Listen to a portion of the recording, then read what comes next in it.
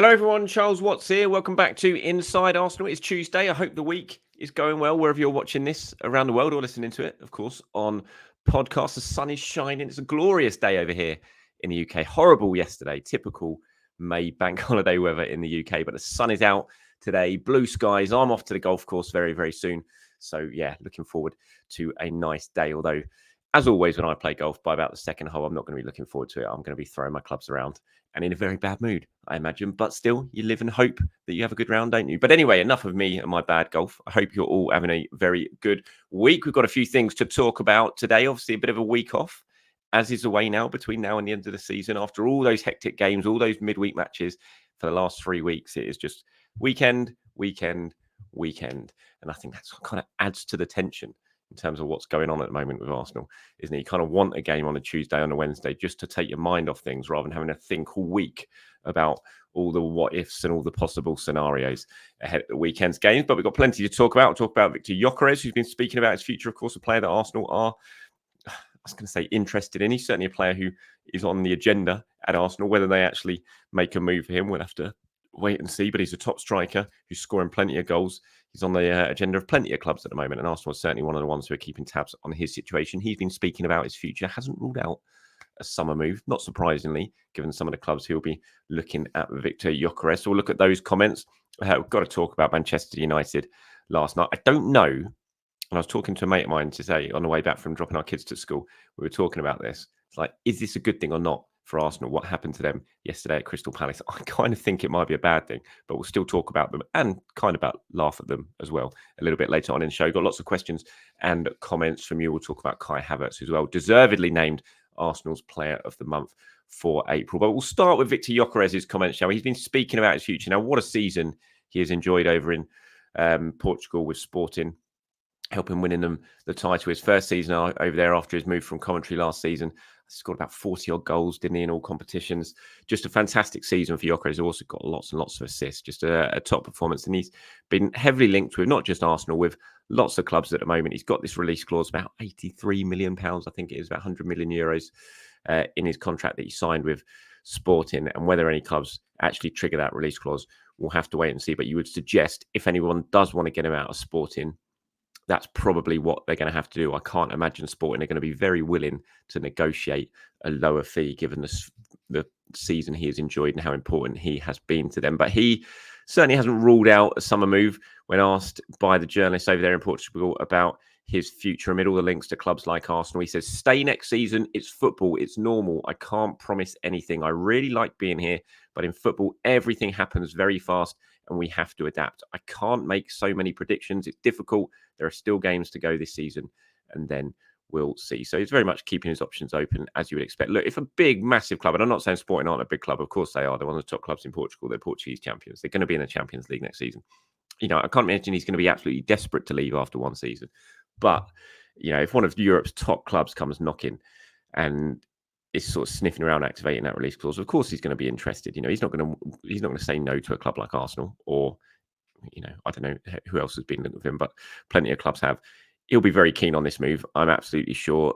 You know, I've spoken about him before, and I think my view on Gyokeres, and it's probably a poorly judged view, is I just can't get my head around that last year he was playing in the Championship. And I know that makes very little sense because if he's a good player, he's a good player. It doesn't matter where he's playing. But I just look at him and think, I was watching you in the Championship playoff final less than a year ago in Coventry versus Luton.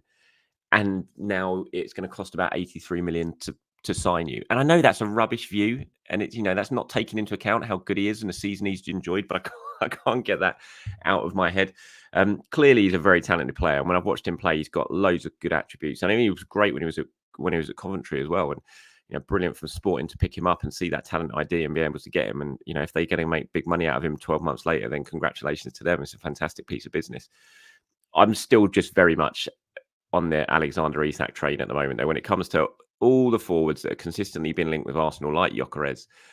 I just look at them. I think they're good. I think they've got good attributes, but I just can't get my head around that Oleksandr Isak is the player that Arsenal should sign to bolster their forward line. They should go all out. They should throw the kitchen sink at trying to get him, because I just think he was absolutely perfect for this Arsenal team and what they need to really kick them on next season. Yes, it'd be hugely expensive, massively expensive. Yes, Newcastle might well just say, no, we're not selling. And if that's the case, then obviously you've got to look elsewhere.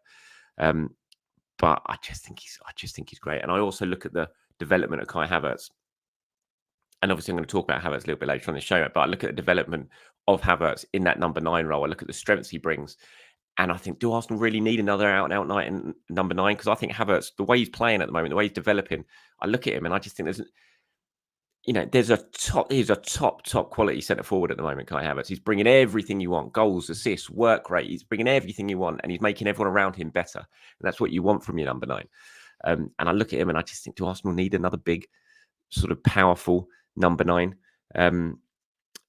And I'm not sure they do. I think they need another option, another different option. Then you've got Havertz up there as well, and potentially Gabriel Jesus, because I don't want Gabriel Jesus to go anywhere. I want him to stay this summer. So, yeah, Oleksandr Isak is the man for me. But let me know your thoughts on it in the comments below. Gyokeres, am I completely wrong? Would you be happy to spend £83 million if that's what's going to cost to sign Viktor Gyokeres to bring him to the club? Let me know anything when it comes to your thoughts on the forward line for Arsenal in the comments below.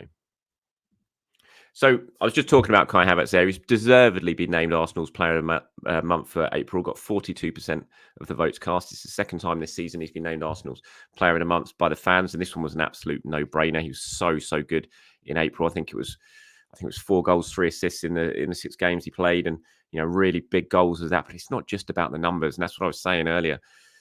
When you look at Havertz now and what he's bringing to this team, I thought Monday Night Football did a really good piece on him before the game yesterday. Jamie Carragher was talking about him, and Carragher picked up on something that I picked up on as well when I was watching the highlights, and just Havertz's reaction when Trossard scores that second goal. When everyone goes mad and everyone, it's just that relief of the second goal goes in. You can see everyone run off to start celebrating, and Havertz basically falls to his knees in the penalty area onto his haunches because he's just so shattered from the sheer amount of work that he's been doing and the runs that he's been making. And he just makes Arsenal a better team in that centre striker role. He's playing so well, and I think he's developing so quickly in that role. And he's still 24, and I still think he's got so much to give. He's such a clever player, Havertz. His football brain is exceptional. You can tell that by what he does and how he operates. And I just think he's going to keep getting better and better playing in that role. And that's why I just think Arsenal's focus going into this transfer window, and I know a lot of you are going to disagree with me, but I just think Arsenal's focus needs to be on someone who can play the central striker role like Isak, but can also play out wide and coming in from one of the flanks, again, like Isak. I just don't think I've moved away as the season's progressed, and the more I've watched Havertz and the more the season's gone on, I've just moved away from the thinking that Arsenal need just a out-and-out powerful penalty box number 9. And again, I know, as I said, lots of you are going to disagree with me and think, we can't just see a good run by Havertz and then change our thinking in the transfer market. But I think sometimes you do have to be a little bit flexible. I'm not sure if Arsenal will be, but I think you have to be. And what I'm seeing from Havertz right now, there's nothing to suggest to me that he can't go on and score 15, 20 goals next season playing in that central striker role, if that is what Mikel Arteta eventually plans for. But he was absolutely deserving of the Player of the Month award. There was some good performances throughout April. I mean, you look at Arsenal's results, only lost that game against Villa in the Premier League. They were perfect. Other than that, some really big wins, big performances from good players. But yeah, Kai Havertz, absolute deserving that. And congratulations to him, and fantastic to see him doing it so well. Right, we've got to talk about Manchester United then, haven't we? Absolutely humbled by Crystal Palace. 4-0 last night. Could have been so much worse. They were an absolute shambles. There's no other way to describe how bad Manchester United were last night. Casemiro was dribbled past 8 times. 8 times in a single game. I think that's more than William Saliba has been dribbled past in the whole of this season. He was dribbled past 8 times in one game last night. Absolute sham. They're so open. Again, Palace had more than 16 shots. And again, this might be me, the pessimist, talking. I looked at it and I looked at how they played. I looked at that result and I just thought, couldn't that have happened any other time other than a few days before Arsenal played them? You would expect there has to be a response from them this weekend. Obviously, they're at home, so it's a little bit different. But there has to be a response from them. When you have those sort of heavy defeats, the next game, you often see a team who have been beaten like that just try and shut up shop and limit the damage. Now, in a way, I'm not sure United can do that because they are Manchester United. They are at home, so I'm not sure it's going to be purely about damage limitation. They've got to obviously go and try and win the game against Arsenal. But yeah, I think I'd have rather just a 1-0, normal 1-0 defeat for them rather than 4-0. No, I don't even know if Ten Hag's going to be in a job by the time Sunday arrives. He shouldn't be, to be fair. I can't believe Manchester United have still got him as manager. And clearly he is not going to be in charge next season. I would be absolutely staggered if he's in charge at the start of next season. Absolutely staggered.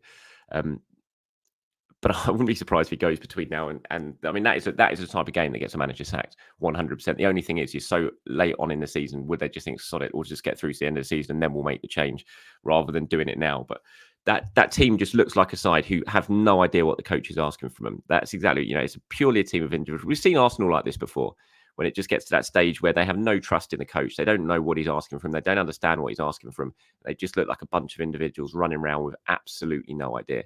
And then those sort of defeats follow. We've seen it with Arsenal. And that's what I see when I see Manchester United now. And if they play like that against Arsenal on Sunday, then Arsenal should go up there and destroy them.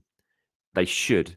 We all know they should. But it is Old Trafford. And I've seen Man United be awful so many times. And then Arsenal go there and somehow not win a game. And Man United win it.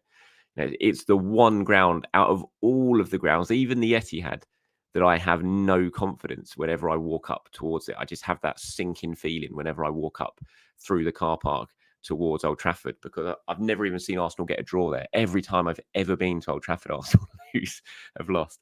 And yeah, but I'd be devastated if Arsenal lose to this Manchester United. And you look at them, they're 8th in the Premier League now. If you're looking at that league table, then Chelsea are ahead of Manchester United. It's got a goal difference still of -3. 2 games before the end of the season, and Manchester United have a minus goal difference. I mean, if that doesn't say everything, I don't know what else does. And you would hope that Arsenal can go there and destroy them. Michael Olise, by the way, yesterday, absolutely fantastic. When I talk about those type of X-factor players who can just unlock a team, they can run at a team, an outrageous piece of skill like the one he did to get past Casemiro to open the scoring yesterday. Such a good player, Michael Olise, such an exciting talent. Absolutely one I would love to see Arsenal make a move to try and sign. But again, let me know your thoughts on what Arsenal should do, how they should approach that game against Manchester United on Sunday, and what you're expecting from it. Okay, just moving on to some of your questions and comments now. Bob Mack here has got in touch. Hi, Bob. You say, hi, Charles. Seems to me that in addition to signing a new number 6 in the summer, we already have a midfield solution in the squad that no one talks about, Zinchenko. He could be an ideal backup at left 8 if we give him the summer training camp to acclimatise to it. We have plenty of left-back talent in Timber, good backup, and we might sign another as well. Time to decisively move Zinchenko from left-back to midfield. What do you think? I've been saying it for a while. Absolutely. I'm really surprised that it's something we've not seen. I'm really surprised it just doesn't feel like something that Mikel has even contemplated. We see he plays there for Ukraine. He plays there very, very well for Ukraine. Put in some excellent performances. He's got all the attributes he needs to be a top midfield player. And he's shown that. He's a midfield player, basically. He's a midfield player playing at left back. So 100%, I would not be against that. The only thing, and I say it every time this suggestion gets raised, is that there's just been no inclination, or seemingly no inclination from Arteta to do it, even this season when, without Timber, there's still been good options at left back. Zinchenko still doesn't come on even for 25 minutes and play in that midfield role that he's perfectly suited to. So, yeah, look, I think it's a really good idea, Bob, but I'm not sure it's one that we're going to see, just because past history from Arteta suggests he doesn't really fancy that idea for whatever reason. Here's one from Magoo 9066 says, as frustrating as it is that we are likely to miss out on the league, the team and Arteta deserve massive plaudits. We have had a real transitional period with the likes of Ramsdale, Zinchenko, Partey, Xhaka and Jesus, who were all massive in last season's transformation, playing a lot less of a role or no role for Xhaka. And we could still end up with 89 points, having scored the most goals and conceding the least. Liverpool, fantastic for so many years under Klopp and only managed one league title, and even lost it one year with 97 points. The levels needed are absolutely insane now, but I have full confidence that we are still on an upward trajectory and well positioned to be competing and lifting titles in the year ahead. Yeah, look, I'm exactly the same as you. I have full confidence in the trajectory Arsenal head in, and I think they are absolutely well set to go on and compete for the biggest honours over the next few years. When you look at the age of the squad, you look at the ability of the squad, you look at how they're improving, you look at what we've seen this season. I think Arsenal are the best team in England. I have been the best team in England this season, and I won't change my mind on that, even if Manchester City lose. I think Arsenal will be kicking themselves over some of the results in the first half of the season. But when you look at it, they've scored the most, conceded the fewest, taken 4 points off Manchester City, limited them to 2 shots on target in the 180 minutes they've played against them, beat them in the Community Shield. They've taken 4 points off Liverpool. And I just think they've been the best team. But ultimately, I don't think that's going to be enough because they've had some silly results at stupid times in the first half of the season. I think ultimately that's cost them. But I have full confidence whatever happens. And like you said, I think considering there has been a massive change this season from the team we saw last season to the team we're seeing this season, how it's moved on so quickly. And I think they've done really, really well and they've adjusted to it. Maybe the first half of the season, it took a while to adjust to those changes. And we've seen in the second half of the season, now they do know they are adjusted to it and they are all settled. We're seeing the results that are following. And, I can't wait for next season to start again. It's just a shame that this season's finishing when it is because Arsenal are playing so well. But it just leaves me really, really excited about what could be to come next season as well. Neil says, unfortunately, it isn't guaranteed to go to the last day. If we don't beat United and City, beat Fulham and Spurs, then it is done and dusted. Yes, thank you, Neil. Thank you to everyone else who pointed this out again. One of my many errors that I say when I'm rattling away to you guys.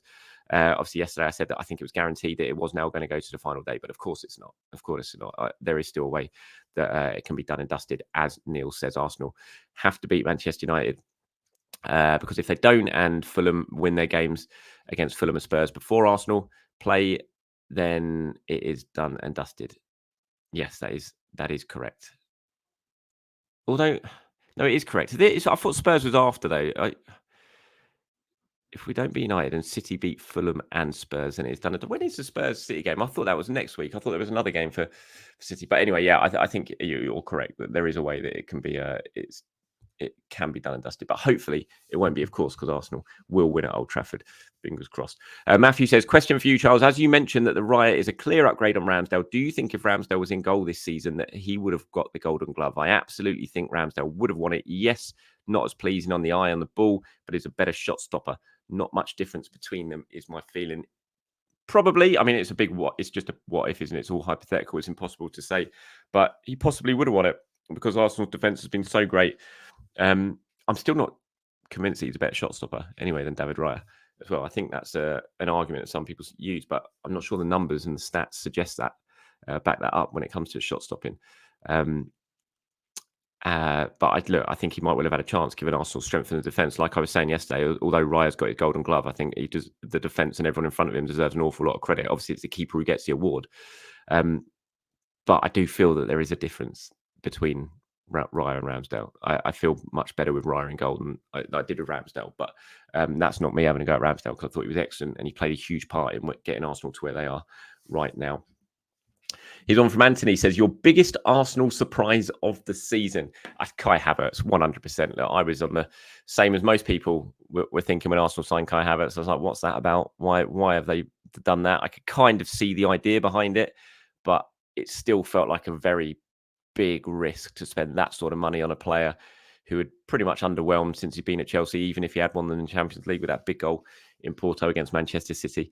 But yeah, I wasn't sure about it. I wasn't convinced about it. The first couple of months of watching him, I was even less convinced that it was going to work. I was seeing no signs that it was really going to work. But what he's done since then, the quality he's added. I mean, the first half, you could never have a go at his work rate in those first few months when he wasn't really going for him. He was still working so hard, and that side of his game was excellent. We always used to point it out and talk about it, but the quality on the pitch, his finishing ability, his passing, his decisiveness on the pitch, all that was lacking. His ruefulness was lacking, and he's just turned it around in the second half of the season and done it spectacularly. So, yeah, absolutely. Kai Havertz is my biggest Arsenal surprise of the season. I think he's been brilliant, and he deserves so much credit for the way he has performed and settled into this squad. That's it from me, everyone. Thank you very much for watching and for listening. Appreciate your time. As always, I'll be back tomorrow to do it all over again. Anything you want me to discuss in tomorrow's show, please do let me know in the comments below. Until then, everyone, have a fantastic day. I'll speak to you soon. Bye-bye.